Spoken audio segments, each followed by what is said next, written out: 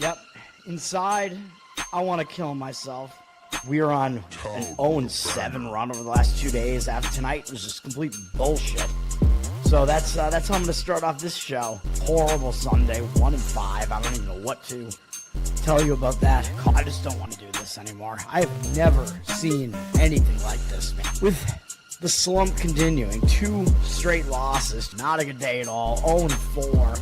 I just have not had a good season, man. What kind of slump that I'm on, and the slump continues. I've reached a new peak, actually. I'm going to burn my Bruins hat, man. I don't know what is going on with the Bruins. March 8th, is that what it is? I don't even know. It's March 9th, I think. Who even knows, man? I don't know what day it is anymore. I don't even know what day it is anymore, man. Back with you after the worst day that I could possibly have. Back with you, as I always am. Until I die, at least. 0-2 yesterday, and yesterday did not go well for me. 0-5. The worst month that I've ever had in my 18 years doing this. I don't know what to even tell you about this anymore. Broke the slump yesterday as the slump discontinues. The slump continues. Somebody fucking kill me, please. I don't even know what I should do at this point other than potentially end it all. What's up, everybody? It's Toad back with you. Better Off Dead. Wednesday, October 29th. Hopefully I can get this done faster than yesterday. I mean, it's not the Frozen Frenzy anymore. Frozen Frenzy went well yesterday. Pretty much nothing else did. We won with the Anaheim Ducks outright winner. They blew a 2-0 lead. Went into overtime. I think it might have gone to a shootout, but they won. So we scooped on that one. Whereas if they had lost by 1, it would have been a push. I mean, not the end of the world, but we needed some wins yesterday. The New York Rangers got a win in the late game. They were basically just winning 1-0 the whole time. I never even looked at the box score, but they scored an empty net at the end to win 2-0. I'll take it. Depending on how you wanted to score the Washington Wizards one, that was either a loss or a push because there were 5s like readily available throughout the evening. So unless you locked in that bet early, I mean, I don't remember if I mentioned like, well, you could wait on this because I don't really think there's usually that much of a difference between 4 and 5 in basketball. There's not a ton of difference there. Obviously, you want to get the best number that you can. I thought that the number might go back up because like once it was definitely confirmed that Embiid was coming back in, so whether you chose to wait or not on that kind of dictated it. I'll count it as a loss on the show, so we went 2-3 yesterday for a loss. 2-1 would have been a slight loss as well because you could have gotten the 5 to push that one. There's no way that Washington should have been a loser in that game. They were winning by like 20 points in the second half, so I was like, all right, we got this win. I think they were winning by at least 16 in the fourth quarter. There's absolutely no way when you have a 16 whatever point lead in the fourth quarter at home, you think you're going to not cover like as an underdog? Are you fucking kidding me? And it goes into overtime, and even at that point, you're like, well, it's still pretty likely they're going to cover, although I'm still pissed about it at that point. It makes no sense. And then they still wind up landing right on the 5 right at the end. Absolute bullshit in that game. Washington dominated the entire game pretty much. I haven't looked at the stats yet, but they had a massive lead. Like, I just stopped paying attention to it because I wrote it off as a win. I'm like, that's definitely going to be a winner. Looked like we were going to start the day 2-0, and then Washington, I don't even know what the fuck happened in that game. Absolute bullshit. And then the Knicks were winning in the first half, and that was looking good for a while. They were winning into the third quarter, I think, and then it went haywire, and they wound up losing the game. I think they came back and tied it again late in the game after they fell behind, and then they still fell apart right near the end again and lost the game. So the Knicks definitely had chances to win that game. Texas State, I don't know what to tell you about Texas State. They started turning the ball over constantly. They had like 4 turnovers in the game. They had one when they were trying to get back to within 1 score in the third quarter. They had one in the red zone, and that just completely ended the game. They never scored again. That Texas State offense is solid, too, and they never scored again. They were within a touchdown multiple times in the first half. I think they were still within 8 in the third quarter, if I'm not mistaken, and then they never scored again after that. I mean, Yeah, they lost the yardage battle. I don't know, man. I mean, to me, it seemed like they were in that game. I guess it was the wrong call. I told you to wait on that one to get the 7. Definitely, the 7 did come up later in the day into the evening, so pretty easy to get a 7 on that one. But it was a loss, whether you got 7, 6.5, whatever. And it got to a point where they were down by 8, by 8 and then 15. So, like, at that point, well, I guess the 7 comes back into play if they score again and they go for a 2-point conversion, but whatever. That pissed me off because I thought that handicap was pretty solid on that one. I thought it was a strong situation on that one. Nate, what's up, man? Thanks for hanging out. The Frozen Frenzy, yeah, the Bruins won, so I'm happy about that. You got your goal scorers, so I don't really recommend those anytime goal scorers, but you got those. Impure, what's up, man? Thanks for hanging out. I mean, I feel like shit right now, kind of, and I'm supposed to see Herbie Hancock tonight, so that's not going to, I don't know. I don't know what I'm going to do about that. Austin Matthews, good luck. I mean, again, I don't think you get good enough odds on those anytime goal scorers, so thank you for reposting, sir. Catherine, I have no idea. Rugby, because there are a lot of sheep in New Zealand and whatever. All right. Today, I'm going to have all my players are going to be in the NBA, and I'm going against the market in 2. Well, definitely one of them, maybe 2 of them, and I don't even care. Talk about that in a minute. We will have this one NHL game today after the Frozen Frenzy yesterday. I keep wanting to say the Frozen 4. I'm like, no, that's college hockey. There's one game today. It's Toronto at Columbus. I can tell you the money is indicating on Columbus here as far as this market read here. 67% of the tickets are on Toronto. Columbus up from minus 105 to minus 111 on the money line with 74% of the cash. So do with that information what you will. I mean, if you want to do a blind market read on this one, it's saying Columbus. I don't really have a situational angle to really give you on this one. Both teams obviously played yesterday. Toronto beat Calgary barely, so not an impressive win by Toronto yesterday. They're starting a 2-game road trip. When you start a road trip, I do tend to think it's a positive spot usually because you want to try to get off on the right foot. Yes, they're having to travel, though, with no days off, so maybe that's slightly a concern, but so is Columbus, although their travel spot is a little bit less bad because they're coming back from Buffalo, although technically they are returning home from a road trip, which when I talk about returning home from road trips, sometimes that's not a good spot, although they only went on the road for 2 games, just to Pittsburgh and Buffalo, so they did not go far. Both games did go into overtime, though, and they're coming off that overtime game yesterday. Columbus was the side that was getting the money yesterday, too, and they won it in overtime. I don't really have much else to say about this, man. I mean, I don't really see a situational angle on this. Like I said, both teams are kind of coming off of a whatever type of win. Columbus did have to play an extra period, but yeah, I mean, I don't know how early on in overtime that goal was scored, whatever. The money's saying Columbus. I'll leave it at that. I don't have a whole lot else to say about that. Jeffrey, what's up, man? Thanks for hanging out. All right. NBA is where I'm going to have all my plays today. And again, I'm fading the market in a couple of these, and I think it might be worth it to do that. So I'm going to talk about 3 of those games for that reason. Houston at Toronto. I don't know if I'm going to wind up talking about every one of these games or not. Toronto's off to a 1-3 start. They did just have to go to Texas and do. They're not doing the Texas Triangle, but they went to Dallas and San Antonio, lost both games by double digits, and now they're returning home to finish the Texas Triangle against Houston. Interesting. It's a return home spot. It's a decent amount of travel with 1 day off, and I do talk about when you return home from a road trip, there's family life to get back to, etc. Although they were only on the road since Sunday, so it wasn't a really long road trip. How seriously will they take Houston? I don't know, because a team that only has 1 win like Toronto, you don't really overlook anybody necessarily, even though they do have Cleveland up next. I don't know. I don't think it's really a spot where I would necessarily want to fade Toronto here. Houston looks like they're probably in the better spot generally, though, because they're starting a road trip, and that does tend to be a more focused spot. They do have Boston up next. I don't know if you continue to take Boston as seriously as you would in the past. So is that a look ahead? I don't know.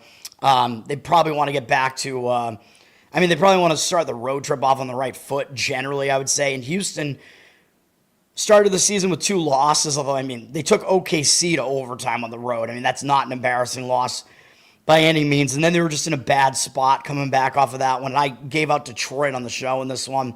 So that was a winner for me. So you can't really blame Houston for those 2 losses. They're better than they look right now, and they're actually laying 5.5, I think, in this game on the road. Yeah, they're up from 3.5 to 5.5, and the money is agreeing with Houston. 52% of the cash on them. 64% of the tickets are on Toronto, so the public, for whatever reason, grabbing Toronto as the underdog. I'll agree with the market in this one with Houston, with laying the points with Houston. It's not going to be anything that I would want to have my money on personally, though. Not really much of an injury situation there, except that Van Vliet is basically never going to come back for Houston. Which, by the way, I'm now either 8-4-1 or 8-5 in the NBA, however you want to score it. So we got to get back on track with the NBA and hope that my situational reads here can beat the market reads in this one. Yeah, they do have a baby mama drama to get back to. Although a lot of these, I don't know, because a lot of these guys have probably left their kids, right? Orlando at Detroit is actually a pretty good game. Detroit coming off getting blown out by the Cleveland Cavaliers. They're playing a 3rd game in 4 days, but they're all at home, so that isn't a huge issue. They do have to go play in Mexico on Saturday against Dallas. I'm sick of these international bullshit games, man. It seems like the Mexico one always involves a team from Texas. It seems like, if I'm not mistaken, I think San Antonio did that before. I could be wrong about that. Maybe I'm picturing some other neutral site game, but I don't know. I don't know that Detroit's going to overlook Orlando, though, because Orlando's a pretty solid team as well. Detroit coming off a blowout loss. They've had a fairly difficult schedule so far, too. So I think this Detroit team is all right, although I think Orlando is probably better than they look as well. They've had an easier schedule so far. They're coming off losing at Philadelphia fairly badly. Philadelphia's really only convincing win, like I mentioned yesterday. Don't really have a strong read on this one at all.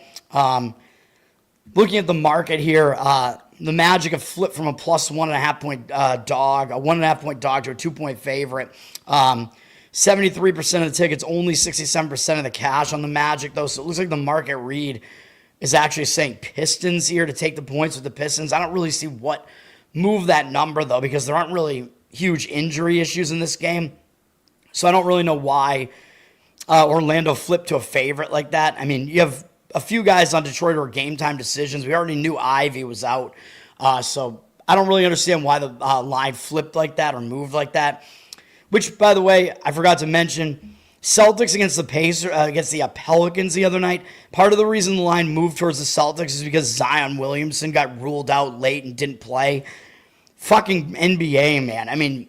Sometimes that happens. You just have no control over it at that point. Like, your team's best player gets ruled out prior to the game starting. I think that game would have gone a lot differently if Zion was playing. He's New Orleans' best player, and I don't even know if he's back yet, which you kind of have to know because New Orleans does play today. Atlanta at Brooklyn. Brooklyn off to an 0-4 start. They're ass. They're one of the worst teams in the NBA. I don't know what else to say about it. 3rd game in 4 days for them, all in different cities, coming back home from doing 2 legs of the Texas Triangle themselves. Doesn't really make it that easy of a spot for them. Atlanta coming in off a loss to Chicago, I believe. Yeah. They had a day off, but they're already on the road, just going from Chicago to New York. I guess I would argue the spot is worse for Brooklyn just because they are returning home from Texas off of, just kind of a difficult. It's always difficult to go down to Texas and have to play those couple of Texas teams. I'll lean to the Hawks in this one, and the market is agreeing with that, with the Nets being a public underdog, which makes absolutely no sense. Maybe just because the public just doesn't want to lay points on the road with a 1-3 Hawk team, but Brooklyn is just terrible, man. Which the odds makers are telling you. Hawks are up from 7.5 to 8. 86% of the tickets, only 77% of the cash on the Nets. So I won't disagree with the market on that one either. Hilariously, I'm agreeing with the market on some of my lesser situational reads. And on the other situational reads, I'm going to just actually fade the market and give out plays. So, yeah, I've been good with the Detroit stuff, man. The Piston Whisperer, the Pisperer. You had the under in the Golden State game. Yeah, was that a winner? I assume it was. I didn't really see it, though. Oh, yeah, that was way, way under. That's crazy. I thought the Clippers would be in a much better spot in that game. I thought the Clippers, my instinct was that the Clippers were going to be the winner of that game. That's crazy. That was way under, though. Not even close. That was a good call on the under. Okay, Sacramento at Chicago. I'm going to give out a play on that. I'm going to give out a play on Indiana, Dallas as well, and Portland and Utah. Do we really want to talk about New Orleans and Denver? I don't know. Is Zion hurt? I actually don't know. Denver is a huge favorite here, but Denver's a really good team. Zion is a game-time decision again. Who knows? DeJounte Murray looks like he's out, but I think he's been out for the whole season so far. He's one of the key pieces for New Orleans, though. So New Orleans, dude, this team would be good if they were 100%, and they're never 100% seemingly. Denver, I don't know if Denver's going to totally take this game seriously, though, because they did just beat Minnesota on the road. That's a big win, at least. They don't really have anything coming up next necessarily. I mean, Portland, pretty mediocre there. Still might be a spot where Denver just doesn't go all out to try to beat New Orleans, especially if Zion isn't playing. Something to watch to see if Zion is going to play or not. New Orleans is off to an 0-3 start, although if Williamson is playing, I don't think they're as bad as that looks. But Denver is a huge favorite, so the game seems to even be lined like Williamson is not playing. Nuggets are up from 12.5 to 13 here. Pelicans, public underdog too at 83% of the tickets, only 67% of the cash. I don't understand that. I don't see why a team with no wins would ever be a public side. I mean, so I'm guessing that's probably bullshit, and they're probably not. So I don't get it, but that's what this is saying. Yeah, I mean, I don't have much of a read on that game. I don't think I would really want to lay the points with Denver in that spot, though. LA at Minnesota, we get a, what do we want to call this? Is this a revenge game for both teams now? Because, of course, Minnesota eliminated the Lakers from the playoffs last year. The Lakers got their revenge in the second game of the season, which was one of my plays on the show. We got a winner on the Lakers in revenge. Now the revenge kind of flips to the Minnesota side because they did just lose at the Lakers.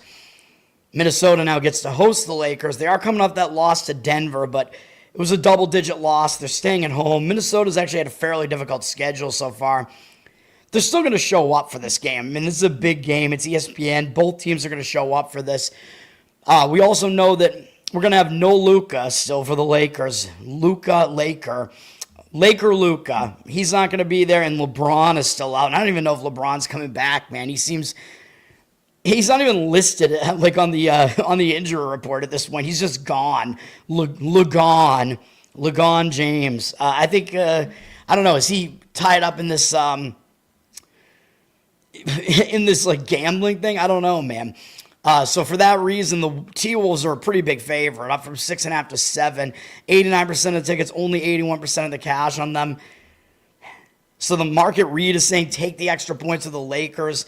I do think that the T-Wolves are probably too heavy of a favorite here just because of the injury situation, but you are dealing with a pretty thin roster here for the Lakers. Reeves has basically had to take over as their main dude. They did just get blown out by Portland, so in that way, the spot does set up a little bit better for LA if you think that the revenge motive kind of cancels out now. Maybe it's a little bit of extra revenge for Minnesota, but LA coming off that really ugly loss, which I gave up Portland on the show in that game. That was a second game in the injured player spot for the Lakers, so it was expected they would take a step back from playing really well the first game without Luka. Third game without Luka, I don't know, man. I mean, maybe you're getting a little bit of value on the Lakers, maybe a bounce back spot, just good to just get out of home, like leave that blowout loss behind. Still kind of a tough spot, though, because they've kind of been zigzagging all over the place.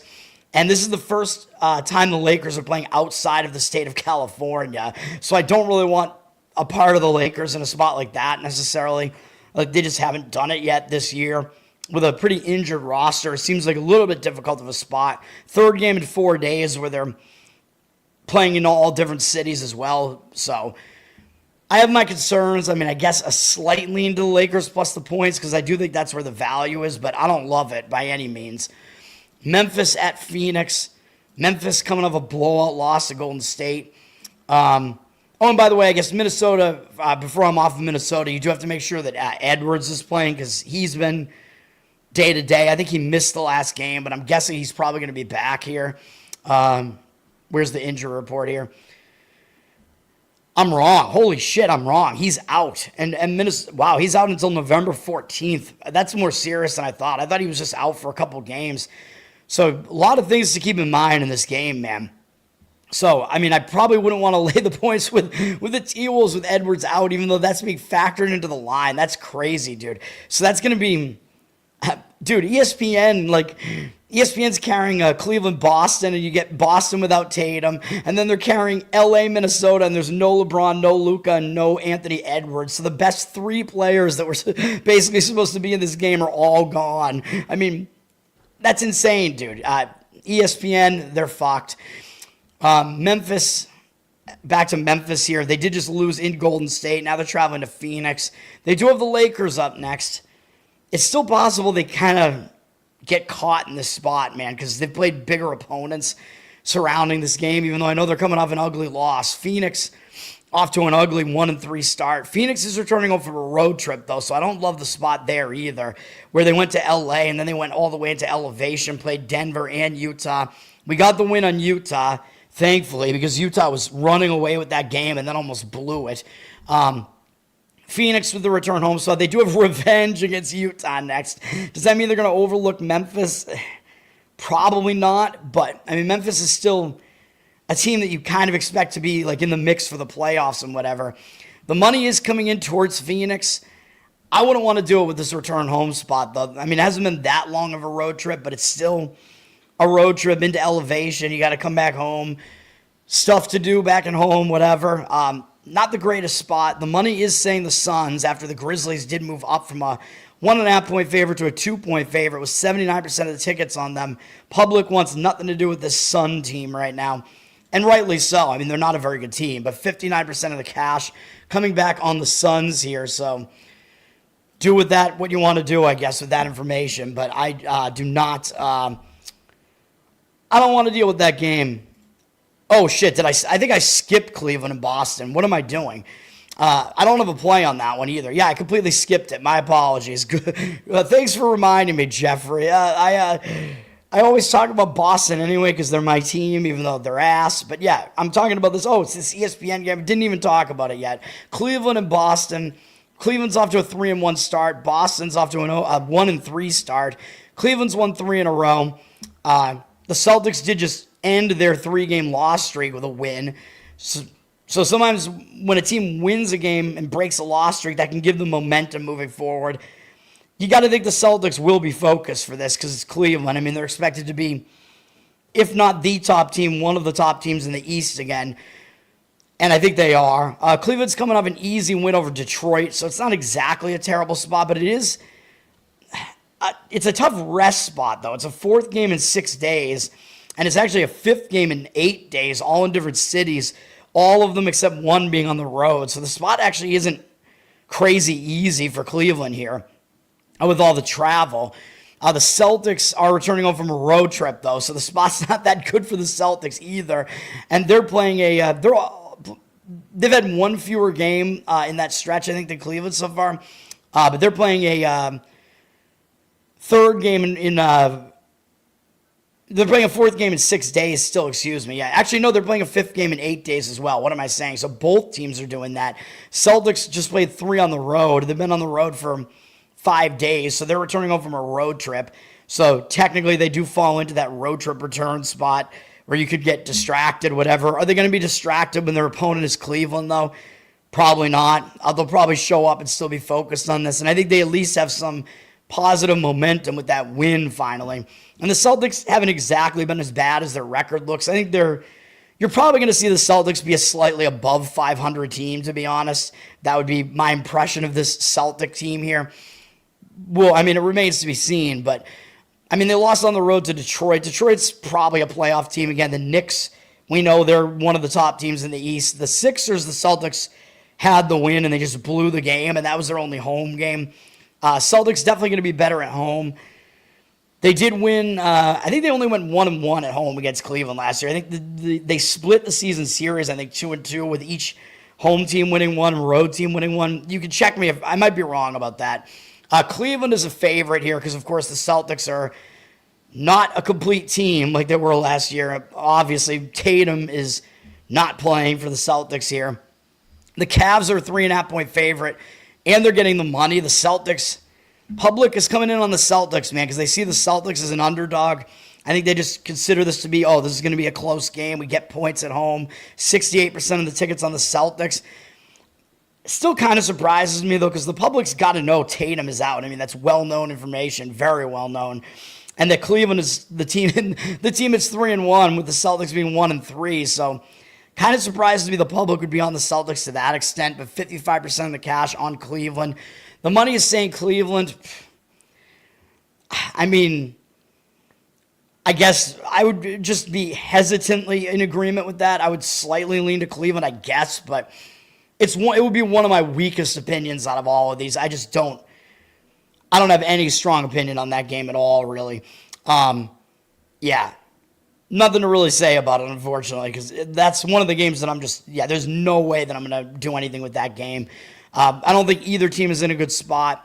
So when it's a situation like that and both teams could be tired, it does mean maybe the over is potentially worth looking at. You have 68% of the tickets, 79% of the cash on the over, which is the total's up from 233 to 233.5. Even though you think, well, Cavs Celtics probably a public over anyway, it is slightly, but it looks like more of the money is actually coming in on the over. So I might prefer the over to actually playing the side in this one, but I don't really do much with totals, so I'm leaving that game alone completely. I mean, there's a reason why that game does not make my card. Best bets, let's do it, because they're all in basketball, and I don't know what the market is doing on a couple of these, man. The first one is in alignment with the market. I like the Chicago Bulls minus the 4.5. This number, I think you can get 4.5 still. It looks like it's at 5, but this is 5 with reduced juice. It did go up a little bit from 3.5. You're looking at the Bulls against the Kings here, and the Kings look like a public underdog right now, even though they're a one-win team right now, and the Bulls are 3-0. So I don't understand why the Kings look like they're public right now, but I just like the spot for the Bulls, or I don't like the spot for the Kings. 73% of tickets, only 70% of the cash on the Kings. The public, I don't know, man. I mean, even though the Bulls are off to this 3-0 start, it seems like the public is at least still not, like, the public is just still undervaluing, and the public's not going to be able to name, like, anybody on this Bulls team, except I think they have Josh Giddey, right? Sacramento, the reason why I want to fade Sacramento here, they're coming off a tough game, dude. Yesterday, nonetheless. They're playing a third game in 4 days, all in different cities. The first game was at home against LA, the Lakers, and that was a close-ish game as well. They only lost that game by 7. So they were in that game against the Lakers. Then they went and they had to go on the road to play Oklahoma City. And in this game, it was a close game, dude. Sacramento led for most of the game, and they were leading all the way into the fourth quarter. They were up 7 with like a few minutes left, with 6.5 minutes left, and they went on a complete, they stalled completely at that point, and Oklahoma City went on a 14-0 run to take the lead and then beat the Kings. Brutal loss for the Kings, man. You go into the house of the defending champs, and you basically have them on the ropes, and then you lose it in the end. That is a brutal loss for the Kings. Oklahoma City didn't shoot particularly well in this game. Neither team did, which helped Sacramento stay in this game. Yeah, now Sacramento has another road game. They have to go to Chicago. I think they're going to be really in a hangover spot after that. And they do have Milwaukee up next too, which I think is probably a little bit of a bigger game too. And then Denver, Golden City, Oklahoma City again, Minnesota, and Denver again. So the least of their opponents coming up on the schedule really is Chicago, even though they're undefeated right now. I think they're still being overlooked. I think the spot is terrible. And given that was yesterday that they did that to Oklahoma City, this is a terrible spot for Sacramento. I mean, this is a spot where they might just get completely run out of the building, to be honest. I don't want to jinx it, but this is, I think, the strongest of my plays today. The Bulls, I think people won't really totally give them credit yet for beating Detroit, Orlando, Atlanta, winning 2 out of the 3 at home. But, I mean, this Bulls team, again, they are pretty competitive. They're pretty good at defending the 3. They're not a bad team, pretty solid defensively, and yeah, I mean, those teams are not bad. Detroit, Orlando, Atlanta, I mean, they're all like teams that are in the playoff mix the last couple of years. Now they get to stay at home and they get Sacramento here. Coming off a win over Atlanta on Monday that was a whatever type of win, really. They just won by 5 at home. Yeah, they got the Knicks up next. Will they look ahead to that? There is the potential of that. That's the only worry, I think, here at all, really. The spot is just horrendous for Sacramento, and the Bulls do have that day of rest adding to that spot as well there, although obviously the line is going to move a little bit higher on the Bulls because the spot is that good for the Bulls, but I still think it's not being totally taken into account here. So yeah, we'll go. I think the Kings are actually a pretty bad team, to be honest. I know they've been like playoff cusp team. They traded Fox away, though. He was one of their best offensive players. Their offense is not that good right now. So yeah, Bulls are the play in that one, and that is not Bull. The Bulls win by 4 and miss 2 free throws. I would probably jump off a bridge if that happened. Next up, we're going to go with... now, this line was only available at FanDuel, I think, this morning in Massachusetts, so you might not be able to get this number, but we're going to take the points with the Pacers plus 7. You might only be able to get 6.5 on this. I know 7 is a key number in basketball because it's when teams stop intentionally fouling. I guess you could wait and see if it happens. Hey, the market is agreeing with this one now. There you go. The Mavs are down from a 7.5-point favorite to a 6-point favorite. If you could find a stray book, this is why I preach you want to have as many books available as possible. We have like 6 or 7 in Massachusetts. FanDuel usually is not the one that was lagging behind, but I'm pretty sure it was the one where it was just, for some reason, they were at 7 minus 110, and all the other books are at 6 and 6.5.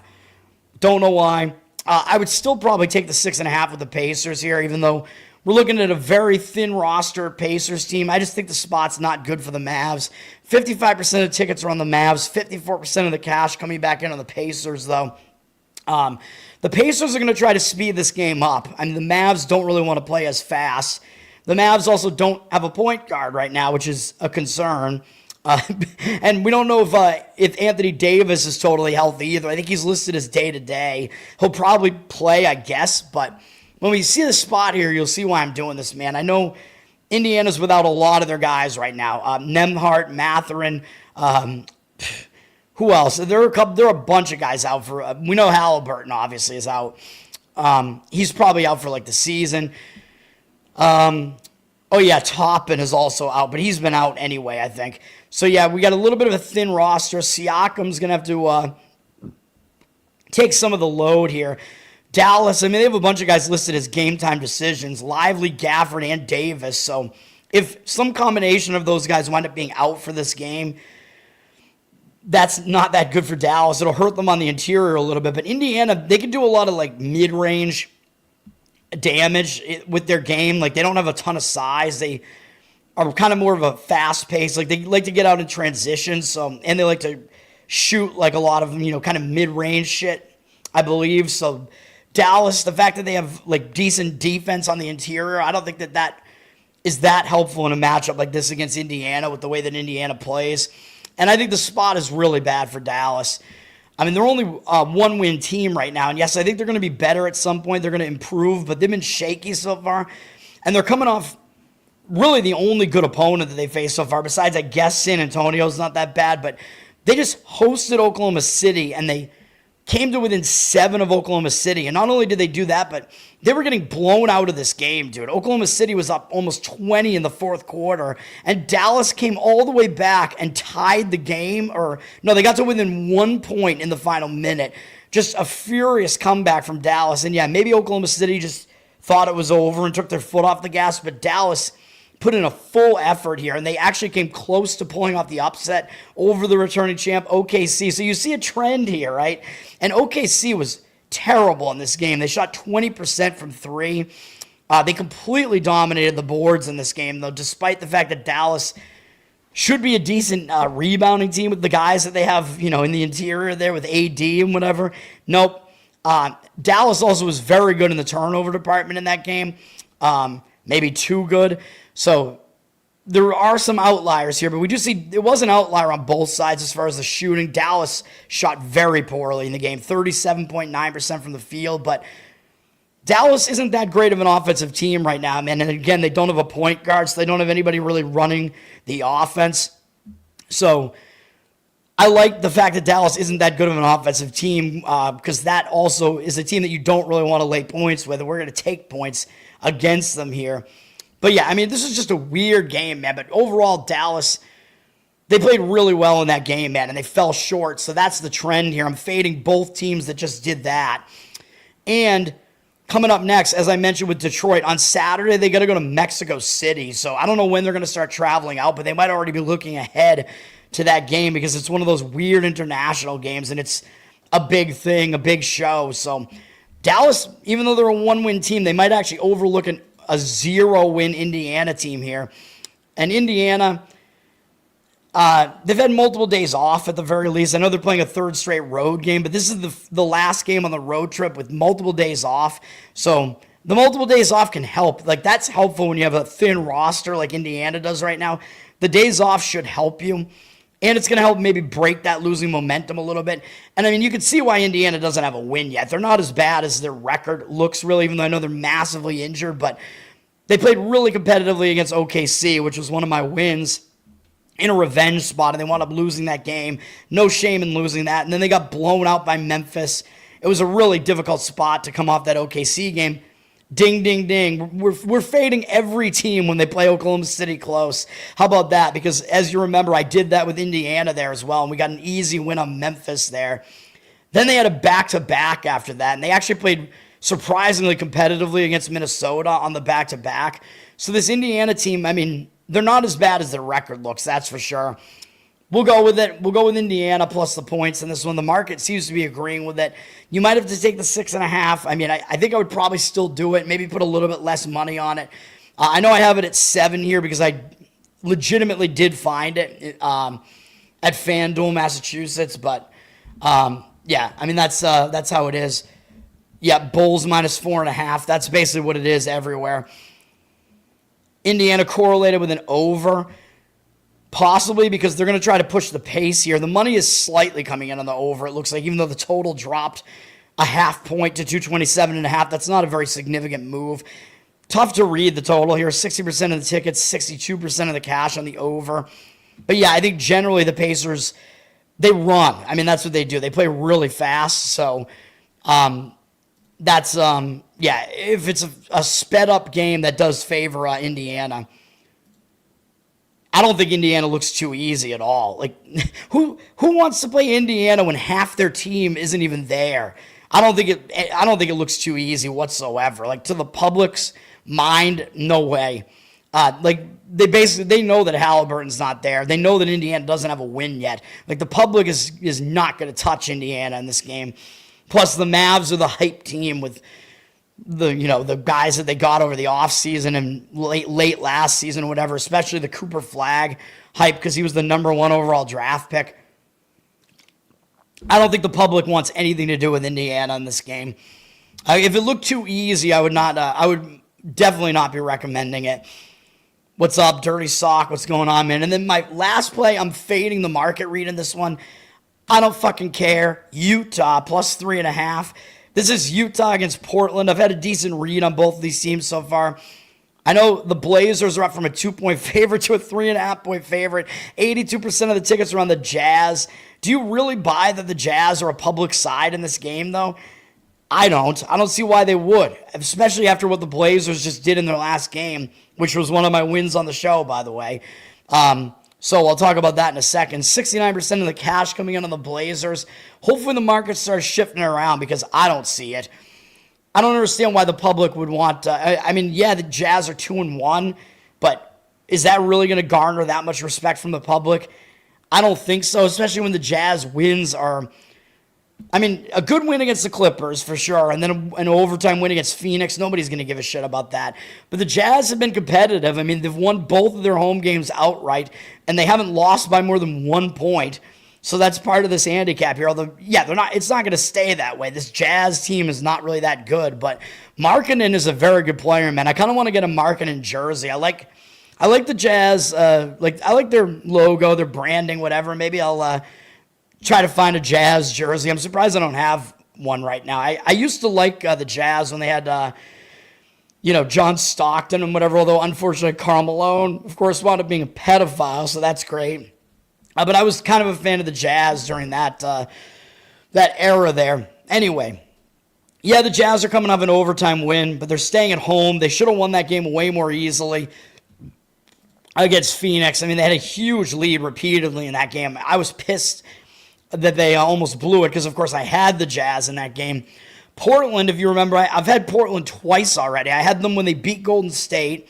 That was a win for us. I'm 2-1 in their games. I'm playing 4 Portland games in a row. I faded them at LA, at the Clippers. I know that one fell short by 1 point.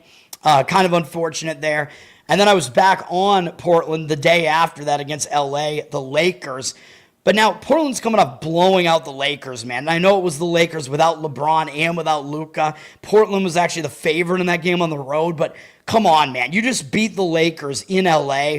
That's a huge win. And now you have to play a third straight road game in 4 days in elevation. I know they didn't have to travel between the 2 LA games because they were just in LA. But this is going to be the first game where they have to travel out of the Pacific time zone this year. They have to go to elevation. It's still a third game in 4 days. And they got Denver up next back at home. And then the Lakers again. And then Oklahoma City. So if they're going to overlook any of these teams, it's going to be Utah. So I think this is a sandwich spot, man. So I don't like the spot at all for Portland here. And as far as the injuries are concerned, like why is Portland favored by that much? I don't know. I mean, Utah, Collier and Niang were already out. Like they haven't played a game yet, so that doesn't change the line. Lillard has already been out. Like he's not playing this season anyway, so that's not factoring in as far as like what would move the line between, like yesterday and today or whatever. Portland is still without Robert Williams, by the way, which I think might be a concern because Utah has been a really good rebounding team so far, and Portland doesn't have their big man Williams. That's going to kind of be an issue as well. No real other injuries, though, except, Nurkic. Yeah, I mean, Utah is going to want him. He factors into their rebounding as well. He's game time decision. We'll see if he plays. Even if he doesn't, I still think it's worth taking the points with Utah in this one. I think the spot is pretty bad for Portland. Don't understand the market read in that one. We'll take Utah plus the points in that one. So 3 NBA plays there in that one. Jazz feel solid. They're a solid home team because the elevation is a bit of a factor. Teams that don't play in elevation having to go there, it just adds to their home advantage slightly. Whereas the Jazz, obviously, are used to playing there because that's where they play. The other teams come in and they can't breathe. 7 is a lot of points. Indiana team was good last year. Yeah, but Indiana doesn't have Halliburton right now. They don't have Nembhard. They don't have Toppin. They don't have Mathurin. So this is not that team. And they're a 0-win team. And the public is very fickle. So no, I disagree. There's no way that the Pacers are a public side or that they look too easy here. And the Mavs are a good team. They just haven't become what I think they could be this year yet. Like growing pains early in the season. Utah's crowd gets into it. Yeah, well, they don't have much else other than they do have hockey now. It's all the Mormons there. But yeah, the Jazz have been their only professional sports team for a long time. College football, we have 2 games that are pretty ugly here. We're getting Conference USA bullshit here. I don't want anything to do with these games. So we do have Jacksonville State at Middle Tennessee. First game up at 7:30 p.m. Eastern on ESPN2. Jacksonville State, they lost Rich Rod after last season. He went to West Virginia, but some of his guys are still here. And Jacksonville State's been fairly decent. They're above 500. It looks like they're probably going to become bowl eligible again here. They'll probably be able to get 2 more wins somewhere, especially if they get a win here against a very bad Middle Tennessee team. Jacksonville State, they run the football, which does, I mean, that's the type of profile I like, even though I know I faded James Madison last night, and they run the football as well. But Jacksonville State, that's what they do. They're a very good rushing team. Good enough that the fact that they lost their quarterback didn't even really matter because they just continue to run the football. They did have a bye last week, so they haven't played since 2 Wednesdays ago, the 15th, which was a home game on a Wednesday. They had an isolated primetime game, and they beat Delaware, who is new to FBS, but not a bad team. And the fact that Jacksonville State went into a bye on 2 straight wins, Sam Houston, not really an important win there. I mean, not an impressive win. Sam Houston's not good, but beating Delaware, pretty solid win, and then they went to a bye on a 2-game win streak. I think that bye is not helpful. Going into a bye in a 2-game win streak like that off a nice primetime win at home, yeah, I think they're not going to really be able to use that bye to their advantage, and they have a pretty bad opponent here in Middle Tennessee who might be pumped up to be hosting one of these primetime games, even though I know they've done it before too, but the spot doesn't look great for Jacksonville State, even though they are obviously the better team here. Middle Tennessee is quite bad. Their only win is against Nevada as a road underdog. I don't know how they even won that game because Middle Tennessee lost their only FCS game too. This is a bad team, man. Even though they brought back their quarterback, Vattiato, they still haven't been good. For whatever reason, this Middle Tennessee team is not good. They also just lost to Delaware on a Wednesday, but it was only by 3 on the road. So Middle Tennessee actually covered that game, and they played competitively in that game. They actually have been competitive in their last 3 games. Seems like maybe the Wednesday spotlight is helping them out a little bit as they only lost by 2 to Missouri State. The Missouri State's fairly mediocre. And then 3 at Delaware. And they had only lost by 8 at Kennesaw, the game prior to that. They're not coming out of a bye, but I think the bye is going to be a negative for Jacksonville State, so I don't think that's that bad for Middle Tennessee. The spot would be better for Middle Tennessee if they did go into a bye on a bad note, but I still think the spot is worse for Jacksonville State. Middle Tennessee, people are also going to see that Jacksonville State just beat Delaware by double digits, and Delaware beat Middle Tennessee as well, so people are going to do that transitive thing and look and see that the line is only 4 here on Jacksonville State, down from 5. I think the public will look at that, and if they want to get involved in football tonight, I think that's the way they're going to go. They're going to lay the points with this 4-3 team that beat Delaware, who beat Middle Tennessee State, and Middle Tennessee State with only 1 win. I think the public, if they want to play football tonight, they're probably going to be looking to lay the points with Jacksonville State. So I would lean towards fading that. I would take the points with Middle Tennessee, but I definitely don't love it. And if Jacksonville State's winning, they can continue to run the football, which is what they do best. So that's a little bit of a concern as far as Middle Tennessee, maybe trying to backdoor this thing or get back into the game. That's, I think, part of what helped JMU last night is that they run the football so well. And once they built a lead, they could just lean into that even more. 51% of the tickets on Jacksonville State, 73% of the cash on Middle Tennessee. And, of course, Middle Tennessee can't throw the football as well as Texas State can. But, of course, Jacksonville State's nowhere near as good as James Madison either. But the money's coming in on Middle Tennessee. I don't disagree with that. The money's also coming in on the under. Total went up to 54, but 71% of tickets on the over. 72% of the cash on the under. So a fairly strong read on the under in this one as well. I mean, you do have a run-based offense with Jacksonville State and a pretty bad offense with Middle Tennessee, so that might be why the under is getting the traction there. I mean, I'm not going to disagree with it, but I probably prefer the Middle Tennessee side in that one. Texas State crossed 7 to go to 7.5. No, why would you want to lay 7.5 when you could have laid like 6.5? Like, you're just losing value at that. And I thought Texas State was a great side last night. Like, the spot was really, really good, I thought, for that one. Like, the game just completely unraveled. Like, it was an 8-point game in the third quarter with and Texas State was they fell back down 15, and then they were about to cut it back to 8 again, or 7 perhaps, and they turned the ball over again. They had 4 turnovers, I think, in the game. But no, I mean, like, if the line moves up to 7.5, like, that was because of public action. Like, that was one of the only football, or no, one of the only 2 football games last night, and that was the one that was getting more of the public eye because the other game was so ugly. So I'm pretty sure that most of that line move was actually mostly because the public was on that side. Nope, I don't agree with that. I think that was a public move. The late move like that. Usually that's public betting on that one, that's why I said wait, and you can get like at least 7 on Texas State. I've been doing this for like almost 20 years, and this is what I do. It was a bad result, but I don't agree with that read on that late market move. There's no way that I would jump in late and take the worst of a number. Absolutely not, especially a key number like that. FIU at Missouri State on CBS Sports is the last game at 8 p.m. Eastern. Missouri State, they've actually been okay in their first FBS season here. They got Clark back, their quarterback, who missed the Middle Tennessee game, which was part of the reason why they weren't that good against Middle Tennessee, but maybe they overlooked them too. They played last Wednesday. They're coming off an overtime win at New Mexico State.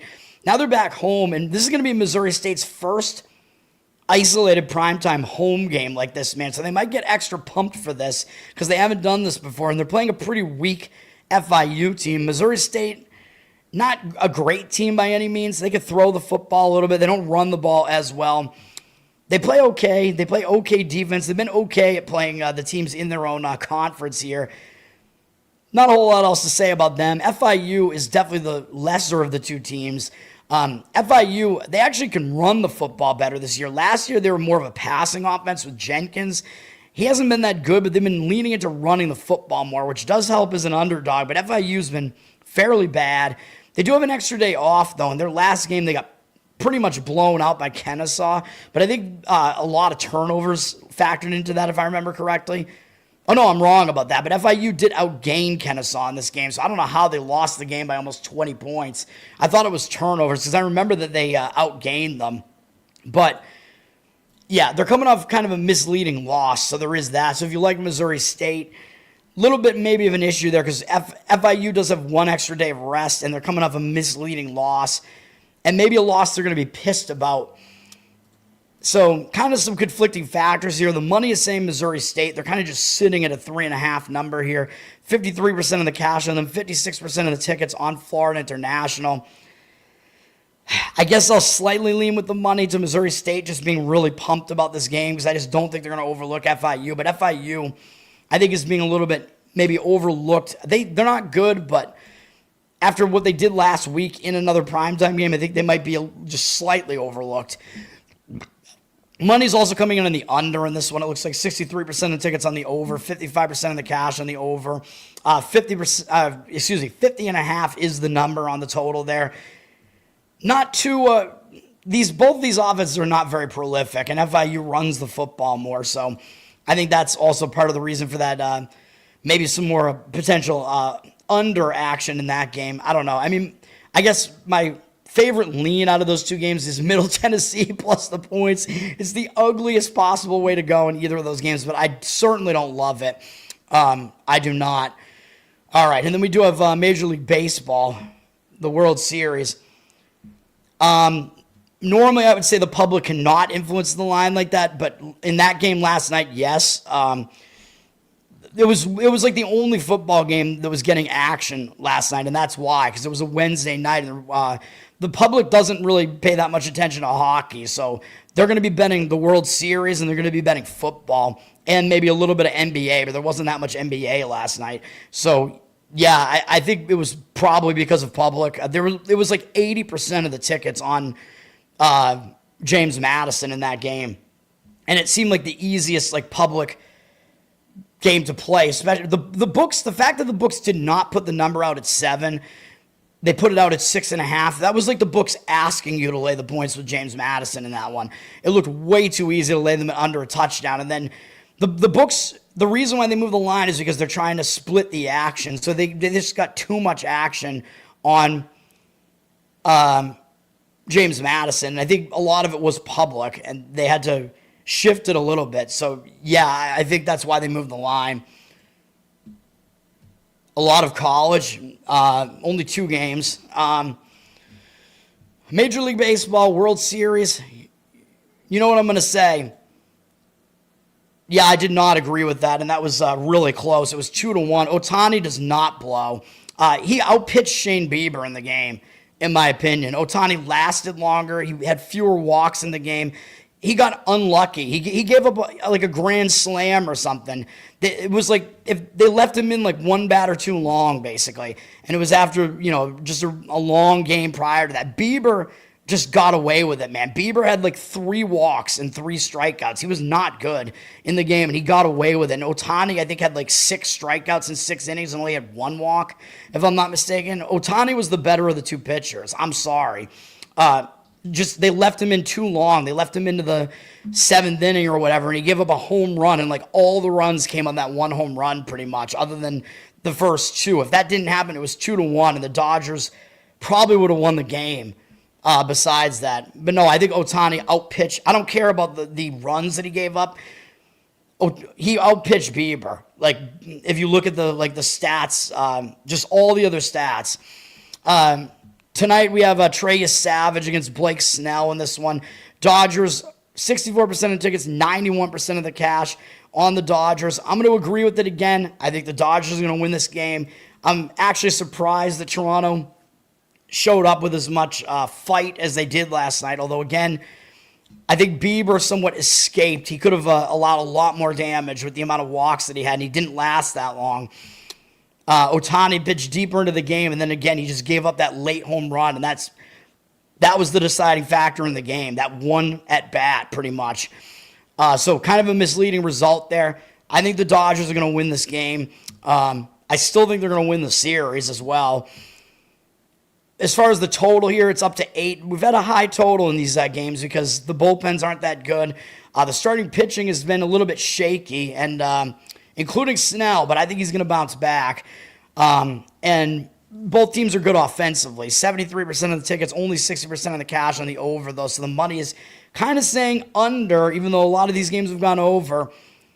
I mean, the argument for that, I would say, is mostly the starting pitching matchup, though, is where the under is mostly going to happen here. So if you like the under, probably you'd have to do it in the first 5 innings. And I think you could probably at least get an under 4 on that if you do it. Dodgers down from -195 to -193 on the money line. But like I said, 64% of the tickets, 91% of the cash on them. So the money is strongly indicating on the Dodgers again. I agree with it. Neither team used any of their high leverage relief arms because the game was a little bit out of reach. Both teams used 3 relief pitchers yesterday.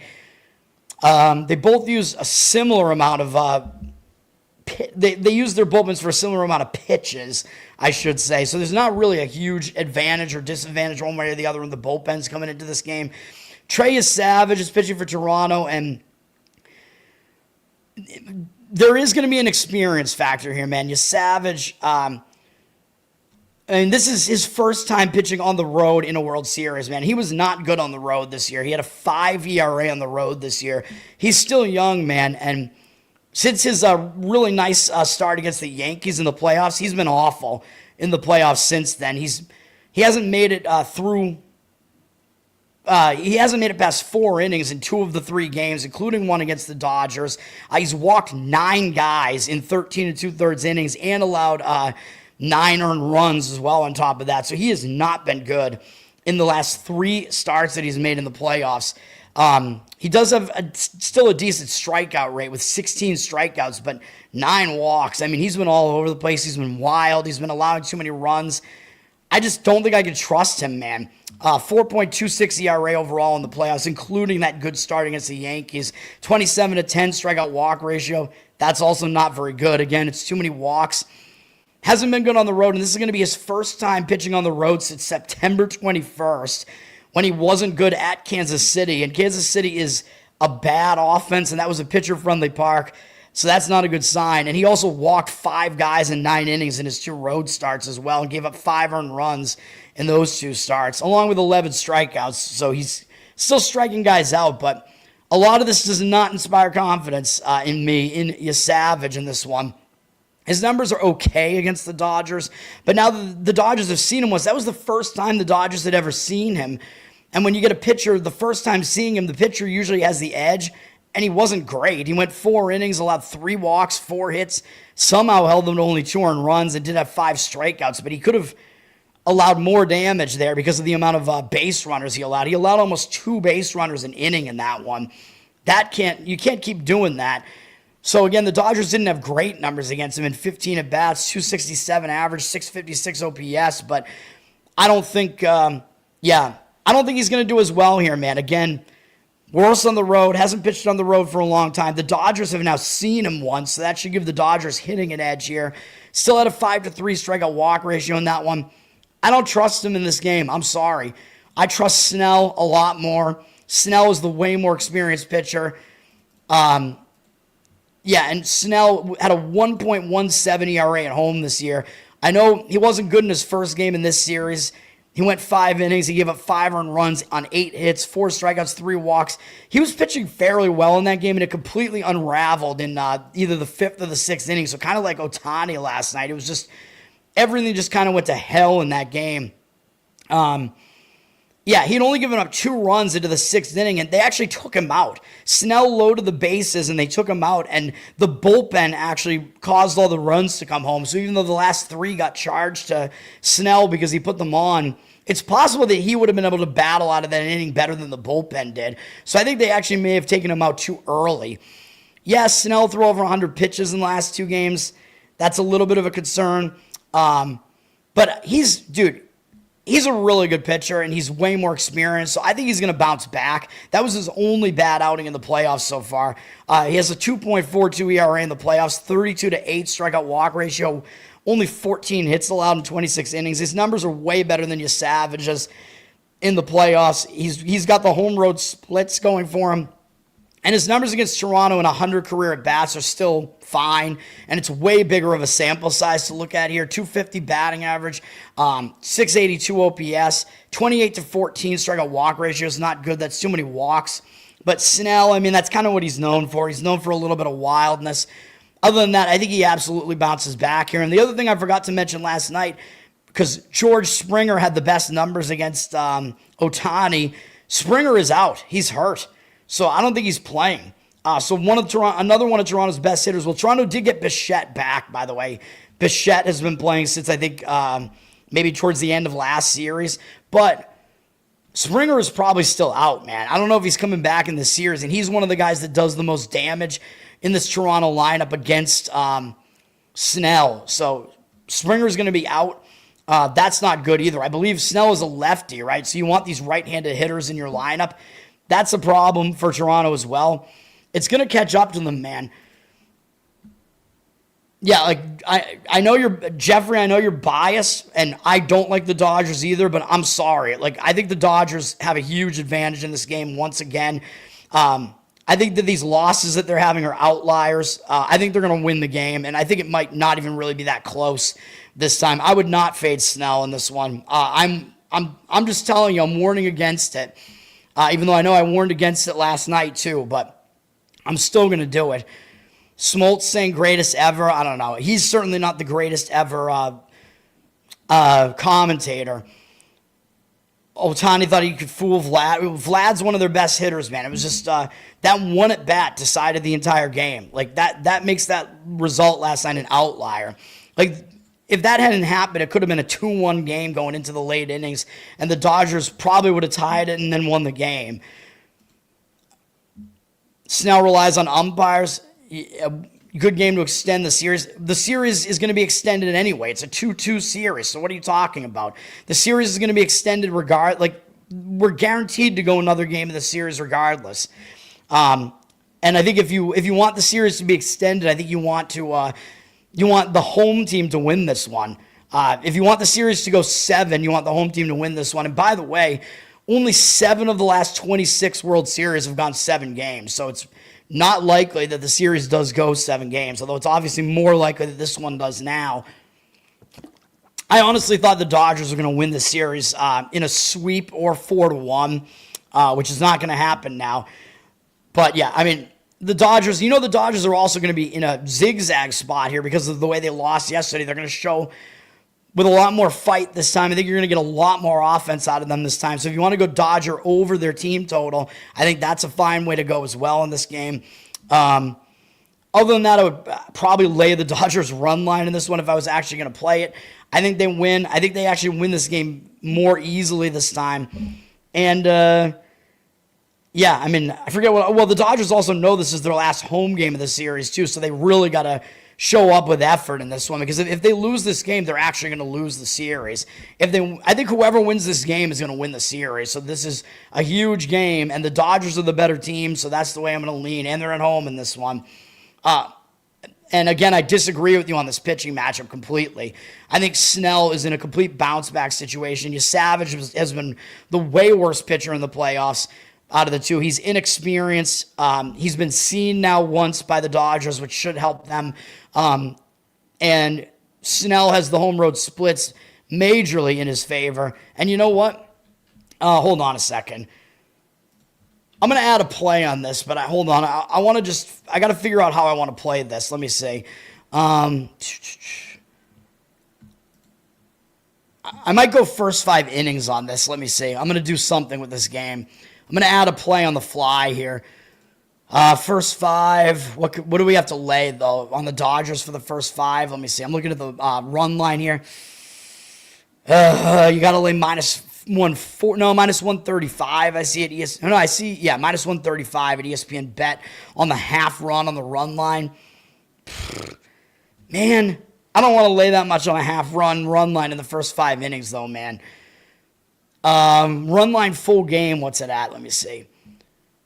You can lay the -1 run line full game at plus 102. And the Dodgers, I know they haven't covered that in either home game so far in the series. It's tempting. It's tempting to do it, man. Yeah, I'm going to do it. Fuck it. We're going to go run line full game, even though I know they're a home team. They might not bat in the 9th inning. Thank you, sir. Chipotle. I haven't been to Chipotle in a long time. Just make sure that you get Chipotle away so you don't destroy your underwear. But yeah, I'm going to do it. I'm going to go Dodgers on the run line here. That's what I'm going to do at plus 102. I think this is a mismatch. I'm sorry. I think the Dodgers win this game. I think they win it by multiple runs in this one, and I'm going to go with it. And that's going to be the way that I do it. That's going to be the final play of the day. Chipotle, they're open for, it is lunchtime now, right? I gotta eat some lunch soon. And unfortunately, I have to go into Boston again because I want to see a jazz show tonight. So I got to go into the fucking city again, which I don't like. That's going to do it. Once again, the plays today. NBA, Bulls -4.5, which is probably my favorite of them. Pacers +7, although I know the 7 isn't predominantly out there at all. So 6.5, I would probably still do it, or 6, but at, maybe for less money at that number. And Utah +3.5. And then Dodgers run line -1.5. That's going to do it. Learn to Toad on Twitter. Learn to Toad on Instagram. I apologize for being a stubborn asshole. Because, dude, you're pushing me over the edge, man. You're making me put my money where my mouth is. And the last time I did that, it worked out. I gave out the Dodgers in Game 2 or whatever, and that was a winner. We'll do it again here. My baseball playoffs are 6-1-1, so on my actual plays. So that's what I'm going with in this one. Yeah, Learn to Toad on Instagram. You can check it out. Again, I apologize for being a dick, which is what I always am. I just have super strong opinions. I get crazy. People hate me in my group chat on Twitter. It is what it is. Yeah, like and subscribe to the channel here. Hopefully I'm not pushing people away. You guys keep coming back, though, so I appreciate it, man. I do. So thank you. You put up with my assholishness. Yeah, also I'm on the audio platforms. Give me a good review over there on Spotify, Apple. And yeah, listening over there helps me as well. We got Covered in Uke is my Uke channel on YouTube, and patreon.com/learntotode, and you can get bonus Uke content, a Uke feed, and requests. That's going to do it for now. Peace out for now, guys.